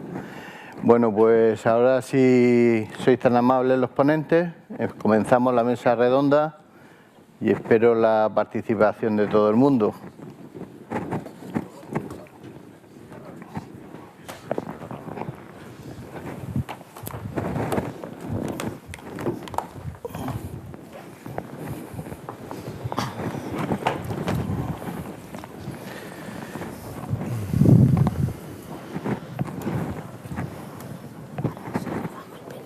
Por favor, lo que sí que pediría era que las intervenciones sean cortas y se trata de establecer un coloquio, no presentaciones paralelas. Voy a ser muy breve, soy Antonio Montserrat, ya me conocéis. Mi pregunta es para Miguel Talavera, también para Sorribas. He estado viendo en los últimos tiempos un incremento en los problemas de nematodos al aire libre enorme, en cultivos extensivos. Me refiero al tema, por ejemplo, de brasicas con heterodera. ¿Cómo podríamos actuar de una manera que no siga evolucionando? Y, sobre todo, ¿cómo podemos pasar de un suelo que sea muy sensible a un suelo que tiende a ser un suelo tipo supresor? Bueno, a nivel... ¿Se me oye? Sí, ¿no? Bueno, a nivel general, si el problema lo tenéis con heterodera y es posible una rotación de cultivos, los nemátodos quísticos son muy específicos del cultivo hospedador. Probablemente la heterodera que tengáis solo sea de parásita de brócoli y eso no vaya a tener problemas si podéis alternar con una de... Sí, bueno, con crucífera en general, ¿no? No vaya a tener problemas si alternáis con otro cultivo, pero si no es posible esa rotación de cultivo, entonces tenéis que pasar a un sistema integrado de este tipo. No es como Melidogine, donde tiene muchos más problemas porque tiene un amplio rango de hospedadores. No sé si podréis plantear una rotación de cultivo en el caso del brócoli o un monocultivo que se plantea año tras año. Se va agotando. Hay en el caso de heteroderas, en principio sean más o menos específicas, una de las cosas que hay también es la utilización de lo que serían cultivos trampa, dependiendo del grado de emergencia que vayan teniendo a partir de que existen los exudados de las raíces. Algunas heteroderas necesitan el exudado de la planta huésped para activarse. En este sentido, sí que hay algún tipo de planta. Por ejemplo, algunas empresas distribuyen lo que llaman las plantas biocidas, que ya las utilizan justamente como abono en verde para, una vez entra una determinada proporción de individuos en la raíz, entonces lo pueden incorporar mejorando, digamos, la que sería la fertilidad del suelo y a su vez impidiendo que el nematodo acabe desarrollándose. Lo que se tiene que ver muy bien es el grado de emergencia de los juveniles y la penetración en raíz. Si es efectivo, esto puede ser una una buena situación. La segunda, para mejorar y pasar, digamos, de lo que sería un suelo conductivo a un suelo supresivo, esto empieza a requerir ya un trabajo más de fondo y es una carrera de fondo, digamos. En este sentido es básicamente un incremento de lo que sería la fertilidad biológica del suelo. Lo que hemos podido ver, a lo que hacía mención Miguel, era pues los porcentajes de parasitismo que hemos encontrado aquí en Cataluña. Y lo que veíamos muy claro es que en suelos en los cuales había una mayor actividad enzimática de determinados, actividad quitinolítica, etc., o sea, analizando un poco la composición de la flora microbiana, se veía que en aquellos suelos los porcentajes de parasitismo eran mucho mayores que en el resto. Y a su vez, cuando hemos hecho estudios a 3 años de duración en estos suelos, hemos visto que las poblaciones están, el nematodo está, pero alcanza a multiplicarse relativamente poco y prácticamente no se observan síntomas en cultivo. O sea que es sostenible y estamos trabajando en ello. Pero es una carrera de fondo mejorando la fertilización biológica, materia orgánica, etcétera. O sea,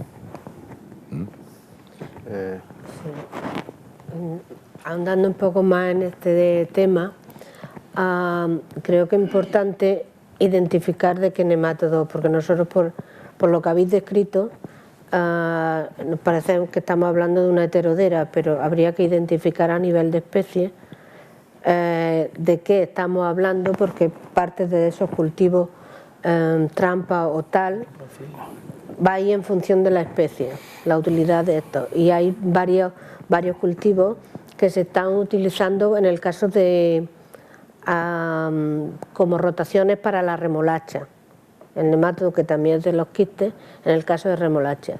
Si se sabe de qué especie en concreto estamos hablando, pues entonces se podría utilizar estos tipos de cultivos biocidas, que muchos son rábanos de estos silvestres. Yo, al hilo de lo que estáis hablando, quería plantear una cuestión. Yo he hablado de los cambios de los sistemas de cultivo y yo introduzco otro tema que es la especialización de las empresas. La empresa hortícola cada vez está más especializada y trabaja con 2, 3, 4 especies. Entonces, en esa parcela se repite durante un ciclo de un año esas mismas especies año tras año. Y entonces al final te dicen, no, si yo hago rotación de cultivo, ¿vosotros consideráis que eso es una rotación de cultivo o es un monocultivo con distintas especies? Depende del patógeno. Depende del patógeno. Si pensamos en Meloidogine, probablemente sea un monocultivo, ya, porque vamos, tanto solanáceas como cucurbitáceas como muchas más familias son hospedadoras de Meloidogines, entonces estaría planteando un monocultivo. En el caso de un patógeno más específico, pues sí, son rotaciones. En hongos tenemos casos similares. Por ejemplo, hay en estos momentos un incremento de los problemas causados por Sclerotinia sclerotiorum en muchos cultivos. Pero es que, claro, todos esos cultivos son hospedantes. Cambian lechugas por crucíferas, brócolis, otras coles, pero todos ellos son hospedantes susceptibles. Entonces eso lleva a un incremento del nivel de esclerocios en el suelo y, por supuesto, a que un problema que antiguamente no era tan importante se haya convertido en muy importante. Es una rotación, pero no es una rotación, porque estamos hablando de un patógeno que afecta a diferentes hospedantes de diferentes especies. ¿Más preguntas? Yo soy del Servicio de Sanidad Vegetal y quería que, bueno, si puede ser, el doctor Talavera nos explicara un poco más las experiencias en solarización y los resultados brevemente que han obtenido. Bien, en general la solarización por sí sola la hemos descartado como medida efectiva de control suficiente de los nematodos fitopatógenos en los invernaderos por 2 motivos. Porque no llegamos a obtener temperaturas suficientemente altas, es curioso, pero al aire libre se obtienen temperaturas más altas en el suelo que dentro del invernadero, ¿no? En determinadas zonas porque interfiere con el ciclo de cultivo, el periodo de temperaturas más alta en el cual la solarización puede ser efectiva, y también por lo que hemos comentado de la población residual nemátodos que sobrevive, incluso aunque pueda alcanzar temperaturas altas en el suelo, en capas más profundas, reinfecta fácilmente el cultivo una vez que está establecido. Y de todas formas sí que lo utilizamos en combinación, ya sea con nematicidas, porque actúan los plásticos, además de incrementar la temperatura del suelo, como sellantes, como sobre todo en el caso de la combinación con la biofumigación. Alguna gente le llama biosolarización. Es muchísimo más efectiva cuando la utilizamos con solarización, con plásticos, los gases quedan sellados, la temperatura es más alta y ahora mismo es una de las técnicas que proponemos. Olvidé mencionarlo en la diapositiva que había de comparativa de los distintos agroquímicos, pero si luego veis la presentación os podéis fijar que estábamos teniendo eficacias de la biosolarización en torno al 75-78%, que es, digamos, comparable con muchos de los agroquímicos nematicidas que están en el mercado. La utilizamos de esa forma por sí sola. En estos sistemas actualmente no la recomendamos para nemátodos, sí para otros patógenos. Funciona perfectamente para el control de Fusarium y de Verticillium en los invernaderos de Almería.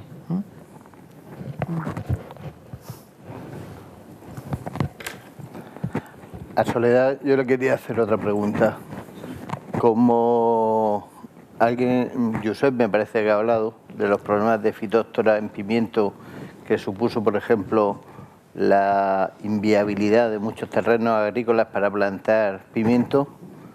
¿Tú crees que en invernaderos dedicados solo y exclusivamente al pimiento, como es el caso de las explotaciones de Murcia, el incremento de las poblaciones de nemátodos puede suponer el no cultivo del pimiento en esa zona?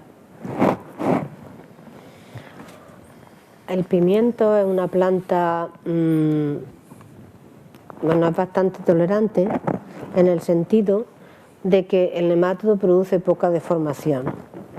Por tanto, puede tener poblaciones más altas que otros cultivos y mantener la producción. Siempre tenemos, o sea, como una paradoja o uno es la producción y otro es el nemátodo. Entonces, claro, el agricultor solo se fija, como es natural, en la parte de la producción y nosotros pues estamos un seco hacia el nemátodo. Entonces tenemos, conforme si no afecta a la producción, normalmente no se toman medidas. Pero que pueda afectar, sí, y cuando hay niveles muy altos, lo que se observa es una pérdida importante y esto muy al principio. Que esto sea también como más ocasional, es posible, porque cuando termina el cultivo del pimiento tenemos el verano, por tanto hay un desplome de la población por la que se refería Javier, de la supervivencia o la mortalidad natural. Entonces hace que el mismo sistema productivo, cuando llegamos al principio, la población sea baja y afortunadamente baja y vuelve a subir, pero empezamos con niveles bajos y eso es lo que hace que mantenga el sistema sin llegar a... En contraposición tenemos a Phytophthora, que es mucho más agresivo y que sí mata la planta. El nemátodo la debilita y tienen más posibilidades de convivir con el nemátodo que con la Phytophthora. ¿Más preguntas?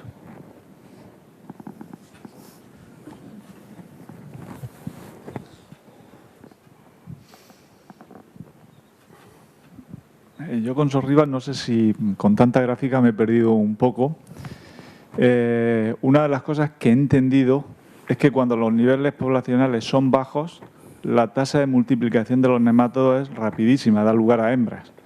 Mientras que si los niveles son muy altos, se reduce, puesto que da lugar a machos. Entonces, cuando estamos hablando de técnicas que pueden reducir un 80% los nemátodos en suelo, ¿realmente eso tiene una eficacia tan importante después sobre el desarrollo del cultivo?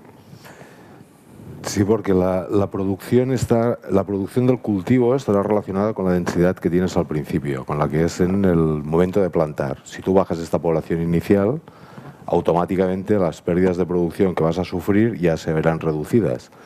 El hecho de que te incremente la población o que incremente la tasa máxima de multiplicación, lo que quiere decir es que esa población que te ha quedado después de aplicar la medida de control se te va a multiplicar n veces, las mismas que en esa densidad baja de población. ¿Me explico?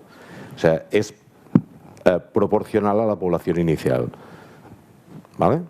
Y lo que te va a ir bajando es la tasa de multiplicación, lo que no significa que la población final sea mucho menor. O sea, cuando la densidad de población es muy alta, tendirá a la densidad de equilibrio, que es aquella que la planta puede soportar. ¿Respondo? Sí, si no, coméntalo porque igual me estoy saliendo por ahí. Simplemente que si hay un nivel de población muy bajo al principio, se va a reproducir muy rápido la planta. Bueno, no es que sea rápido, es la intensidad. O sea, si tú miras, por ejemplo, la gráfica aquella de la población inicial y la población final, es proporcional a la población inicial y ya está. Si te baja la población final será bajita, pero proporcionalmente es pues 2, 3, 4 veces. Cuando la población es muy alta, quiere decir que esa población que tienes al principio, al final, pues igual es 1,5 veces, o es 1 vez, o es 0,5, o es 0,9 la que tenías al inicio. ¿Y por qué? Porque ahí hay competencia. O sea, la población al final del cultivo es inferior a lo que tenías inicialmente. Eso va a tender a regular la población que finalmente vayas a tener ahí. Simplemente por un mecanismo de supervivencia. El nematodo va a estar allá. Tiene mecanismos para poder soportar y mantenerse en el territorio que haya podido colonizar. ¿De acuerdo? Entonces, un poco la cosa va por ahí. Matemáticamente pues, se expresa de esta manera, pero eso es tasa de multiplicación. Por tanto, pueden haber tasas negativas de multiplicación cuando la población inicial es muy alta, la competencia es muy fuerte y un elevado porcentaje de la población no tiene éxito en conseguir infectar y reproducirse. Es más, la progenie del nematodo se verá regulada en función de la competencia que pueda haber ahí dentro. O sea, no hay un número exacto de huevos que vaya a producir la hembra. Fíjate que hemos comentado, pues, entre, he dicho 220 y 2000, pero una hembra podría llegar a producir 10 huevos si hay mucha competencia alrededor. Y los juveniles que están dentro, parte de ellos ya saldrían como machos, con lo cual ya ni tan siquiera pondrían huevos. Lo tienen bien montado, un tipo como comentaba Josep de los esclerocios y las clamidosporas y tal, son mecanismos que se va buscando para poderse mantener.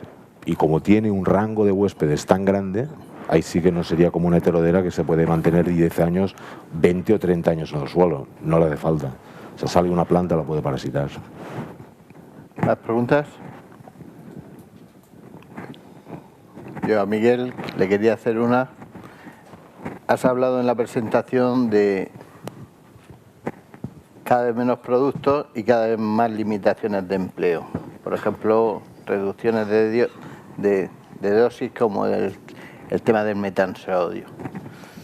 ¿Crees que con las dosis actuales del registro se obtiene algún tipo de control? Sí, todo se reduce a términos de eficacia, ¿no? Estamos hablando de eficacia en reducción de las poblaciones, ¿no? En realidad, casos extremos en los que encontramos densidades muy altas de nematodos en suelo, que es cuando requeriríamos una eficacia del 90%, son raros, ¿no? Podemos manejarnos con eficacias menores. Lo que, desde luego, para mí está muy claro es que el manejo de las enfermedades causadas por nematodos requiere de un control integrado y requiere de un conocimiento que hay que transferir a técnicos y agricultores, por supuesto, porque tienen que tomar decisiones al respecto, ¿no? Ya no vale el aplico un desinfectante y me olvido hasta el año que viene. Ahora habrá que tomar decisiones y bueno, pues en eso es en lo que estamos trabajando. Y a Josep le quería comentar. Bien has dicho que los cambios del sistema de producción y, por ejemplo, de especies muy clásicas, por ejemplo, espinaca y acelga, con la baby leaf, que no tiene nada que ver con una espinaca o acelga convencional, significan nuevos sistemas de cultivo en meseta, donde los problemas de hongos son mucho mayores. ¿Sería conveniente establecer estrategias de investigación para cambiar sistemas de cultivo y minimizar los problemas de hongos en suelo? Bueno, es cierto que los cambios de cultivo suelen llevar siempre el que tengamos que entender cómo esos cambios están afectando a la población, los patógenos y a las enfermedades. Yo no sé si es conveniente establecer las investigaciones antes de que eso ocurra o quizás después. Normalmente lo que hacemos es ir por detrás de los cambios de cultivo y entendemos el papel que esos cambios de cultivo han tenido en las infecciones, en los cambios, en la incidencia de patógenos o determinadas enfermedades. Yo creo que prever lo que va a pasar con un cambio de cultivo es complicado investigarlo antes. Lo que hay que hacer es, si un cambio de cultivo lleva como consecuencia mayores infecciones por parte de unos hongos o el cambio en la estructura de los patógenos de un cultivo, pues empezar a tomar medidas una vez entendemos en qué ha afectado ese cambio a la dinámica del patógeno. Y hay muchos ejemplos en el suelo, como he comentado, pues en la introducción de los sistemas de riego por goteo, que localizan el agua muy cercana siempre y muy constantemente alrededor de las raíces y del cuello de las plantas, la introducción de los acolchados, que también o incrementan la temperatura del suelo, favoreciendo determinados patógenos, o incrementando la humedad también, manteniéndola constante y favoreciendo determinadas podredumbres, los cambios en densidad de plantación, por ejemplo, muchos cultivos de crucíferas, coles hoy en día como coliflor, se cultivan más densas para producir pellas más pequeñas, pero eso también hace que en el suelo haya peor ventilación y se incremente la incidencia de hongos como esclerotinia, o favorece el que éste pueda pasar por la elevada humedad a la parte aérea de los cultivos. Es decir, que normalmente vamos por detrás. Prever quizás no es posible, pero sí que una vez se producen esos cambios y empezamos a ver cambios en la incidencia de enfermedades, entonces buscar la manera de entender en qué esos cambios favorecen a los patógenos y tomar medidas para evitar eso. Bueno, pues si no hay ninguna pregunta, lo que sí que podríamos concluir es decir que el suelo es un sistema vivo, que es importantísimo conocer y evaluar su estado fitosanitario y nutricional, entre otros, para establecer una estrategia racional de control de los posibles problemas, y que un murciano que siempre hablaría de los problemas de escasez de agua, vamos a tener lo más seguro problemas de escasez de suelo. Gracias a todos.